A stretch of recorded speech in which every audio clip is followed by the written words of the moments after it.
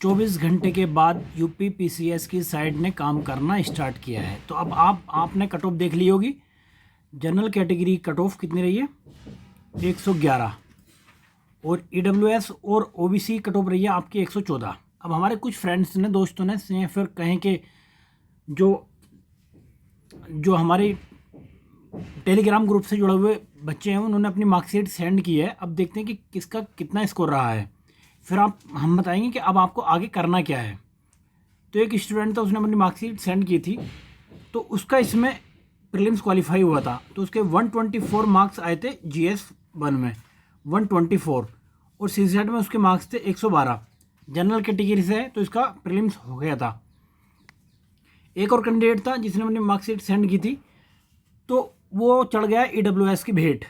क्योंकि ईडब्ल्यूएस की भेंट कैसे चढ़ा हो, उसने वो जनरल कैटेगरी का बंदा था, उसने ईडब्ल्यूएस से डाला था, बट उसका 111 पर नहीं हुआ है। 111 पर उसका नहीं हुआ। उसके सेकंड पेपर में 84 मार्क्स थे। यहाँ पे शो तो नहीं कर रहा है ईडब्ल्यूएस, बट उसका ईडब्ल्यूएस कैटेगरी थी, इसका प्रीलिम्स नहीं हुआ था। और तीसरा कैंडिडेट देखते हैं। एक और कैंडिडेट था जिसके जीएस 1 में ये काफ़ी अच्छा था, काफ़ी इसका यहाँ पे हम जो टेस्ट सीरीज़ कराते थे उसमें काफ़ी अच्छा स्कोर रहता था। यहाँ पे भी इसका अच्छा स्कोर रहा, 133 मार्क्स इसके काफ़ी बेहतरीन मार्क्स हैं अगर देखा जाए तो, क्योंकि कट ऑफ से इसके 22 मार्क्स ज़्यादा हैं। और जिसकी जीएस सेकंड में इसके 93 मार्क्स थे। तो बाद में ये इंटरव्यू के लिए भी गया था लड़का ये। उसके बाद देखते हैं एक और कैंडिडेट था जो ईडब्ल्यूएस की भेंट चढ़ा है। ये भी यहाँ पे ईडब्ल्यूएस कैंडिडेट था इस जनरल ईडब्ल्यूएस में, तो इसने अपना फिल किया हुआ था, जनरल कैंडिडेट था। तो 113 मार्क्स आए, इसका प्रीलिम्स नहीं हुआ था। सी सेट में इसके 73 मार्क्स थे, क्योंकि जनरल कैटेगरी की कट ऑफ 114 रही है, तो 1 मार्क्स से इसका प्रीलिम्स रुका था। बाकी इसने लास्ट ईयर का यूपीएससी का मेंस लिखा हुआ था, क्योंकि ये दोनों एग्ज़ाम पास में होने की वजह से इसका इससे पहले भी 2 या 3 मेंस लिख चुका है ये लड़का ये। अब देखते हैं एक और कैंडिडेट है जिसके इस बार ही 2022 में 108 मार्क्स आए हैं, और दूसरा उसके सी सेट में 72 मार्क्स हैं।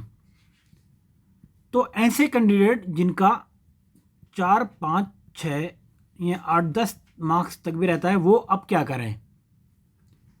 क्योंकि होता क्या है कि कोई ना कोई सिली मिस्टेक की वजह से उनका प्रीलिम्स रुक जाता है। ऐसा नहीं है कि उनके अंदर पोटेंशियल नहीं है प्रीलिम्स निकालने की, या फिर वो सब्जेक्ट के बारे में जानकारी नहीं रखते, क्या कमी रह गई है ऐसी। तो देखो, अब मैं आपको कुछ चीज़ें बताता हूँ। ये कैंडिडेट क्या करें? सबसे पहला स्टेप ये है इनका कि अपना प्रीवियस ईयर पेपर निकालें अपना।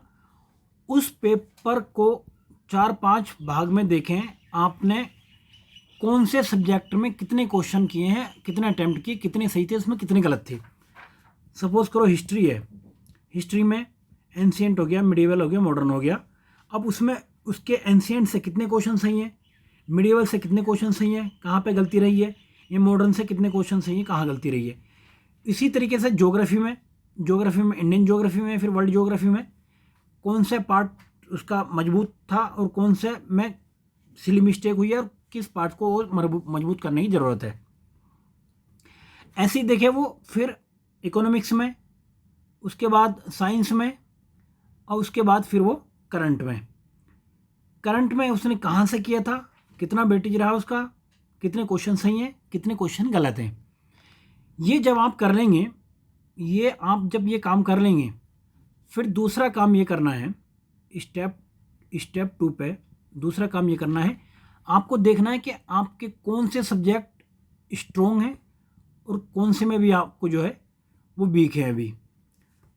और दूसरी चीज़ इसमें ये करनी है कि आप लास्ट के 1 मंथ में देखो, हर एक स्टूडेंट का अपना अपना कैपेसिटी होती है, और हर एक स्टूडेंट की मेमोरी अपनी अलग होती है। कोई इंसान और हर किसी का सब्जेक्ट भी अलग ही होता है मुझे लगता है, क्योंकि इंटरेस्ट किस सब्जेक्ट में किसका है, कौन सी चीज़ों को वो 2 दिन में रिवीजन करके कंप्लीट कर लेता है और किन चीज़ों को वो 10 दिन में रिवीजन करके भी कंप्लीट नहीं कर पाता है। जैसे होता क्या है कि कुछ पॉइंट जो है इंसान बार बार जिसको याद करने की ज़रूरत पड़ती है। अब आप जो है यूपी के लिए क्या काम करते हैं कि घटना चक्र आप लास्ट में 500 पेज की घटना चक्र अगर आप उठा के बैठेंगे या कोई भी लक्ष्मीकांत उठा के बैठेंगे, स्पेक्ट्रम उठा के बैठेंगे, तो कुल मिला के इनके सबके देखें हैं तो 2 से 4 हज़ार तक पेज हो जाते हैं। लास्ट के 1 महीने में आप ना तो उसे याद कर सकते हो और ना ही बाद में फिर एग्ज़ाम में आप क्वेश्चन को कर सकते हैं।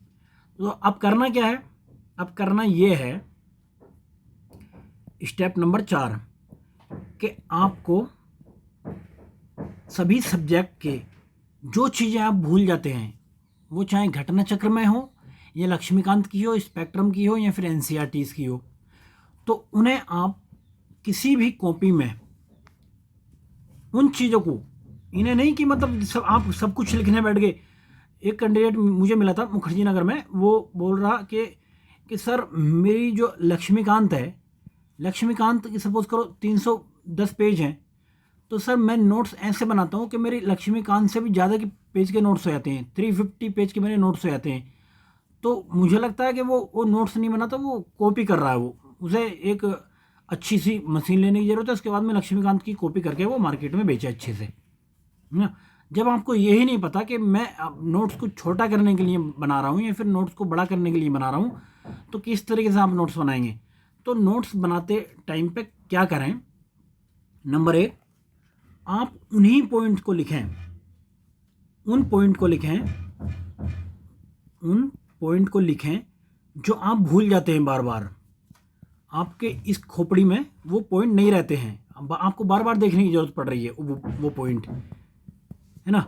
अभी आपसे पूछें कि बताओ भाई ये कौन सी चट्टान सबसे पहले आई थी, कौन सी सबसे बाद में आई थी। तो कुछ लोग धारवाड़ में, आर्कियन में, गोंडवाना में, कोडप्पा में ऐसे कंफ्यूज हो जाते हैं जैसे कि वो मतलब ये क्या इनके सामने क्या एलियन सा कुछ रख दिया गया वो। तो अब आपको क्या काम करना है, ऐसी कुछ चीज़ों को याद करने के लिए कुछ भी ट्रिक बनाओ अपनी, मामू, खालू, नानू, दादू, किसी के भी नाम पे वो ट्रिक हो, आपसे मतलब है कि आपको वो चीज़ उस टाइम पे याद रहे पेपर को करते हुए। जैसे इसकी सिंपल सी ट्रिक है कि आधा कूड़ा बिन गया। तो आ से है आर्कियन, धा से है धारवाड़, कूड़ा से है कुड़प्पा, बिन से है विंध्याचल और गया से है गोंडवाना। अब इसमें बताओ कि आपको ये एलियन टाइप की चीज़ें याद रहेंगी या फिर ये याद रहेगा। आपकी मम्मी ने, आपके बड़े भाई ने, या फिर आपके किसी मतलब दोस्त ने, या घर पे कोई बड़ा सदस्य है उसने आपके कान पे मारा, वो बोला चल कूड़ा बीन, तो आप डर के बोलोगे कि आधा कूड़ा बिन गया। तो ऐसे करके तो और चीज़ बताऊँ जैसे कि मैं सिर्फ ये इसलिए बता रहा हूँ कि आप भी ऐसे ट्रिक्स बनाएं खुद से। यूट्यूब के ट्रिक्स पे आप ना जाएं कि वो किस हिसाब से ट्रिक बना रहा है, उसका माइंड क्या चल रहा है, वो कौन सी चीज़ें उसके सराउंडिंग में है, वो ऐसी ट्रिक्स बना रहा है कि आपको जो ये एलियन वर्ड आपको ज़्यादा अच्छे लग रहे थे इस ट्रिक से, वो ट्रिक ही उसकी बड़ी लेंदी सी हो जा रही है। तो आपको खुद से काम करना है उस पर। ये नहीं कि हम नेट मिल गया और फिर यूट्यूब मिल गया और लगे यूट्यूब पे सर्च करने ट्रिक्स कि भाई ट्रिक्स देखते हैं चलो, ठीक है। जैसे कि साइंस में एक ट्रिक है जो बार बार पूछते हैं, रबेस सोनर, ये क्या है, ये विटामिन की कमी से होने वाले रोग हैं।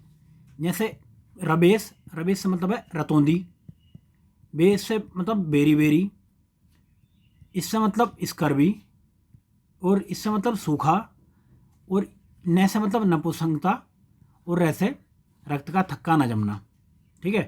तो विटामिन ए की कमी से, बी की कमी से, सी की कमी से, डी की कमी से, ई की कमी से, और ये के की कमी से। तो ये देखो इन्हें, मतलब ये अगर आप मेहनत करोगे तभी तो बनेगी ना ट्रिक।